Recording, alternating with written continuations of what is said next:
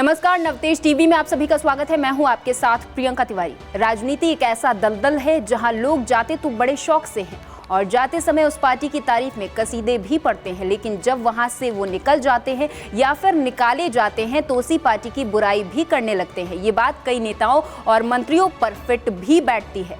अब आप अपने दिमाग पर जोर डालें उसके पहले ही आपको बता दें कि हम बात कर रहे हैं जम्मू कश्मीर के पूर्व राज्यपाल सत्यपाल मलिक की। एक नजर उनके सफर पर, उनके राजनीतिक इतिहास पर और अभी जो उनके हालात चल रहे हैं उस पर भी।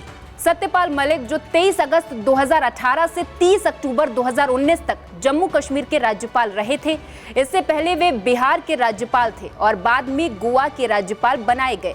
इन सबसे एक बात तो साफ है कि सत्यपाल मलिक का राजनीतिक इतिहास काफी अच्छा रहा, लेकिन अब ऐसा क्या हुआ जो मलिक के घर और ठिकानों पर सीबीआई छापेमारी कर रही है। दरअसल सत्यपाल मलिक जब जम्मू कश्मीर के राज्यपाल थे तब उन्होंने ये दावा किया था कि हाइड्रो इलेक्ट्रिक प्रोजेक्ट की 2 फाइलें क्लियर करने के लिए उन्हें 300 करोड़ की रिश्वत की पेशकश की गई थी, जिसको उन्होंने रिजेक्ट कर दिया था।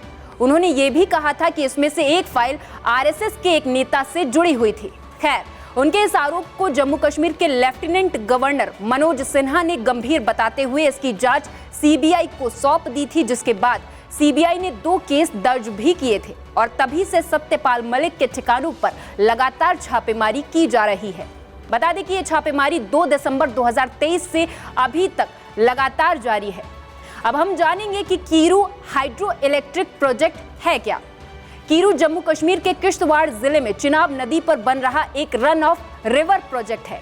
रन ऑफ प्रोजेक्ट का मतलब है कि नदी के पानी के तेज बहाव का इस्तेमाल करके उससे बिजली पैदा की जाएगी। आमतौर पर ऐसे प्रोजेक्ट्स में पानी को स्टोर करने के लिए एक बांध बनाया जाता है और जरूरत के मुताबिक बांध से आगे पानी छोड़ा जाता है। प्रोजेक्ट पर काम कर रही कंपनी CVPPL यानी Chenab valley power projects limited का इरादा इसके जरिए 624 मेगावाट बिजली पैदा करना है। दरअसल रिपोर्ट में ये कहा गया है कि Kiru hydro electric power project के सिविल वर्क पैकेज की टेंडरिंग की प्रक्रिया में दिशा निर्देशों का पालन नहीं कर रहे थे। खैर, लोकसभा चुनाव नजदीक है, जिसे देखते हुए विपक्ष पर तो ईडी का शिकंजा कसा ही है, लेकिन अब इसकी आंच क्या सत्यपाल मलिक को भी अपनी जकड़ में ले पाएगी। वहीं जॉर्ज पर पूर्व राज्यपाल सत्यपाल मलिक ने हाल ही में एक बयान जारी कर ये कहा है कि उनके या उनके करीबियों के ठिकानों पर छापेमारी करके सीबीआई को कुछ हासिल नहीं होगा। उन्होंने आगे कहा कि मैं किसान का बेटा हूं, इन छापेमारियों से डरने वाला नहीं हूं। सवाल कई हैं, लेकिन सबसे मुख्य सवाल ये है कि जब चुनाव आते हैं तभी ये ईडी और सीबीआई क्यों जागती है। क्या सत्यपाल मलिक को बीजेपी से अदावत भारी पड़ रही है?